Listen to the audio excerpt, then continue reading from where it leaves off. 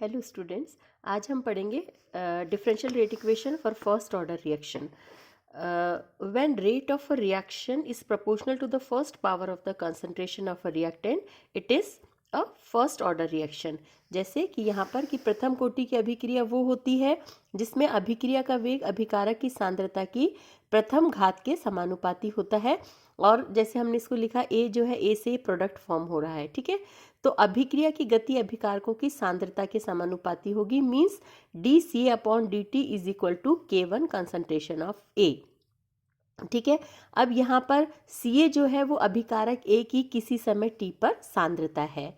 माना कि ए की जो इनिशियल कंसंट्रेशन है वो ए मोल पर लीटर है और टी समय के बाद ए के एक्स मोल जो है वो प्रोडक्ट में कन्वर्ट हो जाते हैं.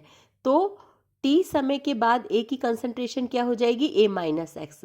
सो लॉ ऑफ मास एक्शन के अकॉर्डिंगली क्या हो गया कि किसी समय टी पर उत्पाद के बनने की जो गति है वो क्या हो गया, D A minus X upon D T is directly proportional to A minus X. या rate of reaction D x upon D T is directly proportional to A minus X. So D x upon D T is equal to K1 A minus x. ठीक है.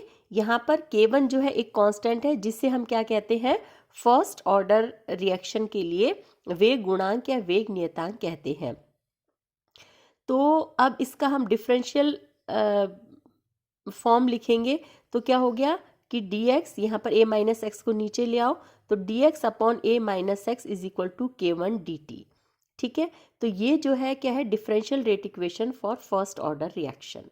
अब हम इसके लिए integrating rate equation लेते हैं. तो अब इसके इंटीग्रेशन करते हैं तो ये आपके क्या हो गया, integration of d x upon a minus x is equal to integration of K1 dt. या इसका आपने इंटीग्रेशन कर दिया तो इसकी वैल्यू होगी minus log A minus x is equal to K1t plus C. यहाँ पर जो c है वो क्या हो गया, इंटीग्रेटिंग कांस्टेंट है. अब हमें c की वैल्यू कैलकुलेट करनी है. तो c की वैल्यू के लिए निकालने के लिए हम क्या करते हैं कि when t is equal to 0 तो आपके x इज इक्वल टू 0. ठीक है. तो इस इक्वेशन के अंदर t और x की वैल्यू 0 रख देते हैं तो c इज इक्वल टू हमारे पास में आ जाता है माइनस लॉग a.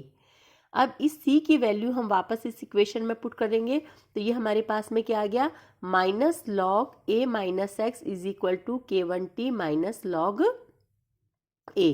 या हमने इसको ये जो है इसको आपने यहाँ ले गए तो minus log a minus x plus log a हो गया, ये इज इक्वल टू K1t हो गया. ठीक है. So log a upon a minus x is equal to क्या हो गया, K1t.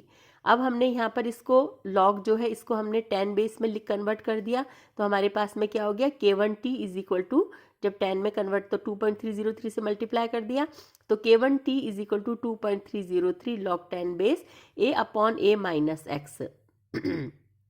ठीक है. क्योंकि आपको पता है कि log z is equal to 2.303 log z के बराबर होता है ना. तो ये हो गया आपका, क्या हो गया कि आपने यहाँ पर कर दिया K1 इज इक्वल टू क्या हो गया, 2.303 upon t log a upon a minus X. या t इज इक्वल टू जो है वो 2.303 upon K1 log a upon a minus x. तो ये जो आपका है ये फॉर्म जो है क्या है, आपके integrating form of first order reaction. ठीक है. प्रथम कोटि अभिक्रिया का जो है आपके इसका ये हो गया समाकलित वेग समीकरण. अब इस इक्वेशन को हम क्या करते हैं, कई फॉर्म्स के अंदर लिखते हैं. जैसे एक है आपके विलहेल्मी इक्वेशन. विलहेल्मी इक्वेशन के लिए इसके अंदर किस तरह से लिखेंगे कि यहाँ पर हमने a is equal to C0 लिया है और a minus x is equal to CT के बराबर में लिया है. ठीक है. तो यहाँ पर जहाँ भी a है वहाँ पर ये वैल्यू रख दो और a माइनस एक्स की जगह ये रख देते हैं तो हमारे पास में ये इक्वेशन आ जाती है. और ये जो फॉर्म है ये इसका विलहेल्मी फॉर्म कहलाता है. उसके बाद में इंटरवल फार्मूला यानी अंतराल समीकरण लिखेंगे. अंतराल समीकरण के अंदर हमने क्या किया कि ये इक्वेशन जो है हमारा T1, हमने T1 T2 दो टाइम समय ले लिए जब कंसंट्रेशन x1 और x2 है अलग अलग कंसंट्रेशन. तो क्या हो गया कि T1 is equal to 2.303 upon K1 log a upon a minus x1 कर दिया. और दूसरा अंतराल T2 जो लिया है वो हमने उसमें यहाँ पर T2 कर दिया और x2 कर दिया. ठीक है. अब इक्वेशन इसमें से इसको घटा दो, T2 में से T1 को माइनस कर दो तो क्या हो गया, T2 minus T1 is equal to ये आ गया. इन दोनों को माइनस करके तो हमारे पास में ये जो फॉर्मूला आया ये इंटरवल फार्मूला कहलाता है. ठीक है. अब हम देखते हैं फर्स्ट ऑर्डर रिएक्शन का जो है ग्राफिकल रिप्रेजेंटेशन देखते हैं कि अगर हम इसमें log A upon a minus x और टाइम के बीच में ग्राफ प्लॉट करते हैं तो इस तरह से ग्राफ आता है और इसका जो स्लोप होगा वो k1 अपॉन 2.303 के बराबर होता है। सिमिलरली अगर हम लॉग ए माइनस एक्स और टाइम के बीच में ग्राफ प्लॉट करते हैं तो इस तरह से ग्राफ आता है और इसका जो स्लोप है वो k1 अपॉन 2.303 के बराबर होता है। अब हम देखते हैं फर्स्ट ऑर्डर रिएक्शन के लिए हाफ लाइफ पीरियड क्या होता है। ठीक है, हाफ लाइफ पीरियड आपको पता है कि क्या है, अर्धायु वो समय होता है जिसमें अभिकारक का आधा भाग जो है वो उत्पाद में यानी प्रोडक्ट में कन्वर्ट हो जाता है। तो हम इसे उस समय टी को टी हाफ से शो करते हैं। ठीक है, अब माना कि टी हाफ समय में अभिकारक की प्रारंभिक सांद्रता ए का आधा भाग जो है वो यानी a/2 जो है वो प्रोडक्ट में कन्वर्ट हो जाता है, यानी x इज इक्वल टू क्या हो जाएगा 1/2। तो यहाँ पर हमने क्या किया कि टी हाफ निकालने के लिए जो फर्स्ट ऑर्डर इक्वेशन है 2.303 upon k1 log a upon a minus a half कर दिया। ठीक है, तो इससे क्या हो गया, इसको ये इसमें से ये गया तो हाफ बच गया, तो आपके पास में 2.303 upon k1 log a upon a half आ गया, या t half is equal to क्या हो गया 2.303 अपॉन k1 लॉग 2। ठीक है, और इसकी वैल्यू निकाली तो हमारे पास में t half is equal to 0.693 upon k1 आ गया। यानी फर्स्ट ऑर्डर रिएक्शन के लिए जो टी हाफ है निकालना है तो वो किसके बराबर होता है 0.693 upon k1। First order reaction का जो वेलोसिटी कांस्टेंट है t1, so t half is equal to 0.693 upon k1। तो ये हो गया आपका फर्स्ट ऑर्डर रिएक्शन जो है उसके लिए हाफ लाइफ पीरियड। अब इसकी यूनिट निकालनी है तो ये आपने इक्वेशन इससे आपकी इसकी यूनिट निकाल सकते हो। अब इसके अंदर ये जैसे इसकी यूनिट आ गई इक्वेशन में आपने रख दिया तो k1 जो है उसका मात्रा क्या हो गया टाइम -1 आ गया, बाकी सारे ये तो कैंसिल हो गया आपका, तो ये आ गया।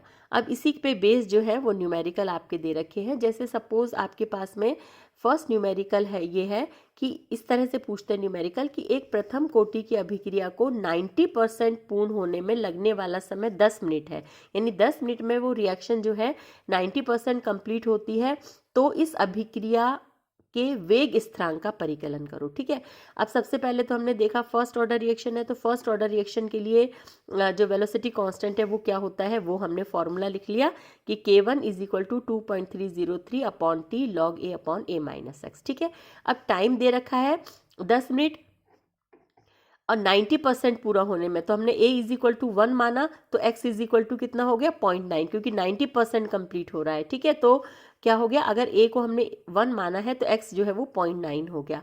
अब यहाँ पर हम a और x की वैल्यू पुट कर देते हैं तो आपके पास में इसको कैलकुलेट करते हैं तो k1 is equal to 0.2303 minute minus 1, ये इसका आपके आंसर आ जाता है। ठीक है, तो इस तरह से न्यूमेरिकल सॉल्व करते हैं। ये आपके न्यूमेरिकल और दे रखे हैं। जैसे दूसरा न्यूमेरिकल ये है आपके पास में कि इसको देखते हैं हम न्यूमेरिकल को कि एक प्रथम कोटि की अभिक्रिया के 90% पूर्ण होने में 16 मिनट लगते हैं, तो अभिक्रिया जो है वो 50% पूर्ण होने में कितना समय लगेगा। ठीक है, तो इसके लिए आप क्या करोगे, सेम उसी तरह टी 60 मिनट में का हमने देखा पहले, 60 मिनट में कितना लगता है आपके 90% पूर्ण होती है, तो जैसे पिछला न्यूमेरिकल करा था उसी तरह से निकाल लिया। ठीक है, अब 50% तो ये इसके लिए k1 इतना आ गया आपके पास में। ठीक है, अब ये कह रहे हैं 50% पूर्ण होने में कितना समय लगेगा। 50% पूर्ण होने का मतलब क्या हो गया, हाफ लाइफ पीरियड हो गया। ठीक है, तो अभी हमने देखा था कि फर्स्ट ऑर्डर रिएक्शन के लिए हाफ लाइफ टाइम जो होता है वो किसके बराबर होता है 2.303 अपॉन k1 के। ठीक है, तो इसका हाफ लाइफ पीरियड ये क्या आपके पास में कितना आ जाएगा, k1 की वैल्यू आपके पास में आई है नहीं, ये इसमें हो गया इसको यहाँ पर ये करेक्शन करना कि टी हाफ जो है वो किसके बराबर होता है 0.693 अपॉन k1 के, और यहाँ k1 की जो वैल्यू आई है इसमें करेक्शन करोगे, जो k1 की जो वैल्यू आई है वो 2.303 अपॉन 60 है, तो इसको हमने यहाँ पर रख दिया क्योंकि हमारे t half is equal to 0.693 upon k1 है। ठीक है, तो इसकी वैल्यू पुट कर दी तो ये हमारे पास में आंसर आ गया 18 मिनट। ठीक है। तो इस तरह से फर्स्ट ऑर्डर रिएक्शन के जितने भी न्यूमेरिकल्स हैं आप फर्स्ट ऑर्डर की जो इक्वेशन है उसके द्वारा सॉल्व करोगे। क्लियर। नेक्स्ट उसमें हम पढ़ेंगे second order reaction. Okay, thank you.